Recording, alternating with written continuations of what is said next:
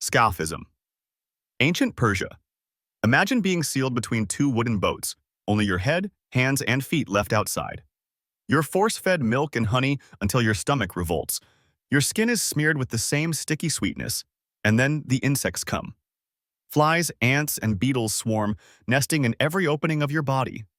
Days pass, the sun bakes you, the swamp water rises, and the insects do the rest. Scaphism was not quick. It was designed to turn a man into a living hive, devoured piece by piece.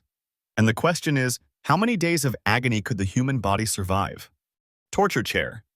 At a glance, it looks ordinary, a chair. But lean closer, and every surface is covered in sharpened iron spikes, hundreds of them. Victims were tied down tight, their arms, legs, back, even head pressed into the metal points. There was no way to shift, no way to ease the pressure without driving the spikes deeper into the flesh. Sometimes the chair was simply a throne of pain, used for hours of interrogation. Other times it was made worse. Fires lit beneath would heat the iron until the spikes burned through skin and muscle. Imagine it. You're trapped, unable to move, while the chair itself becomes an oven. For some, the spikes didn't kill immediately, leaving them to bleed slowly, terrified of every breath, every twitch, every second. The torture chair was never just about execution. It was about display. To sit in it meant one thing: your agony was the spectacle. Strappado. It required no knives, no fire, no blood. Only a rope and a ceiling beam.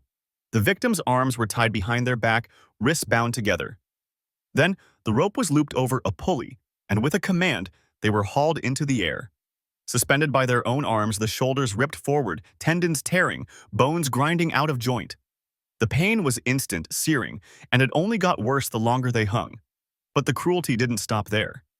Interrogators would suddenly drop the victim, stopping just before their feet hit the floor. The jolt snapped joints, fractured bones, shredded nerves. Then they'd be hoisted again and again, until the body was nothing but dislocations and agony. The genius of the Strappado was its silence. It left no bleeding wounds to show the world, only a broken body that could barely lift its arms. And that meant it could be repeated over and over until the victim confessed or begged for death. Lingchi, death by 1,000 cuts. Imperial China. A punishment reserved for the gravest crimes: treason, parricide, sacrilege. The sentence was called Lingchi, literally slow slicing. The victim is bound to a wooden frame exposed to the crowd. It begins with a single cut, then another. First the arms, then the chest, the thighs, the face. The executioner works with precision, carving away flesh piece by piece. And it doesn't stop after a dozen wounds. Some records speak of hundreds of cuts delivered over hours. Opium is sometimes given, not to ease the pain, but to prolong awareness, to ensure the victim feels every slice. Death doesn't come quickly. It arrives only when the body can no longer endure the blood loss, or when the executioner finally severs the throat.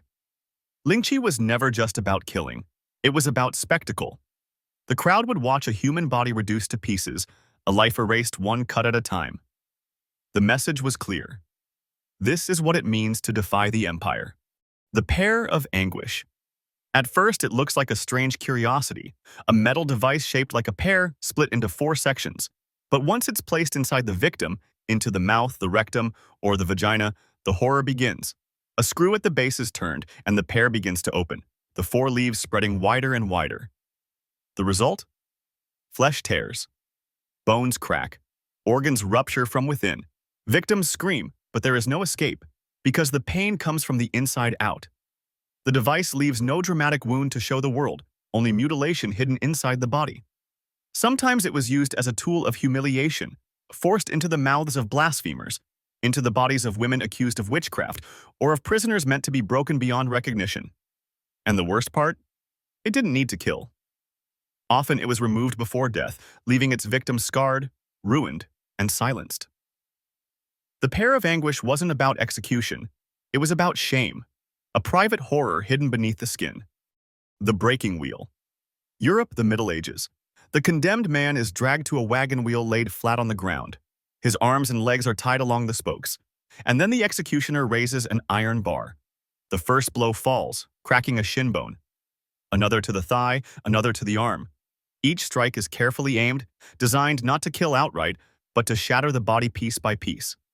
Limbs twist at impossible angles, bones splintering into fragments. The screams echo through the square. Sometimes the victim is woven through the spokes, left broken but alive, staring up at the sky.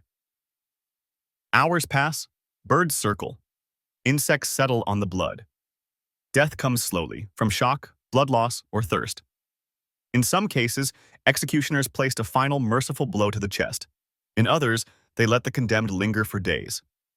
The wheel wasn't just execution, it was theater. A warning left on the roadside, a mangled corpse stretched across wood, telling everyone who passed, this is the price of crime. Rat torture. This method appeared in multiple times and places, from ancient China to early modern Europe. The idea was always the same. A cage filled with hungry rats was placed against the victim's bare skin, often on the stomach or chest. At first, the rats scratched and bit, but when the cage was heated from above, panic set in.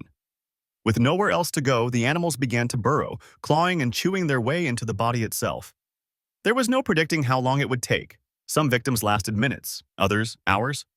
The psychological terror was almost as bad as the pain, lying helpless while living creatures ate their way through your flesh. Rat torture turned nature itself into the weapon. And the thought that your own body could become a tunnel, a nest, a feast, it was enough to break even the strongest prisoner before the first bite. Falanga. Unlike the elaborate contraptions of medieval Europe, falanga required almost nothing.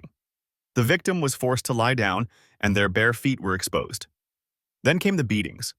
At first, it was just pain, the crack of rods or whips against the soles. But the cruelty of falanga was cumulative.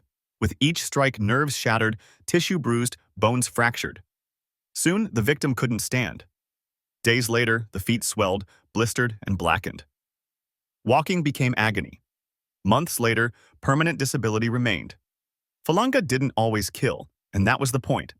It was used not only in the past, but well into the modern era, because it left behind a victim who was crippled, broken, and unable to escape. The genius of falanga was its simplicity. No rack, no wheel, just wood, leather, and relentless repetition, turning the very act of standing into lifelong torture. Judas' Cradle. It looked deceptively simple. A wooden pyramid mounted on a stand. The victim was stripped and suspended above it, then lowered slowly onto the sharpened tip. At first, the point pierced only skin, but over time, gravity did the rest. The weight of the body forced the pyramid deeper and deeper. Every attempt to move, every desperate struggle only worsened the pain. Days could pass before death came, from infection, organ rupture, or sheer exhaustion. What made the Judas Cradle so cruel wasn't just the agony, it was the humiliation. Victims were often displayed in public, naked and helpless, their suffering drawn out for all to see. It was a torture of shame as much as pain. And here's the most chilling thought. The cradle was rarely about a quick confession.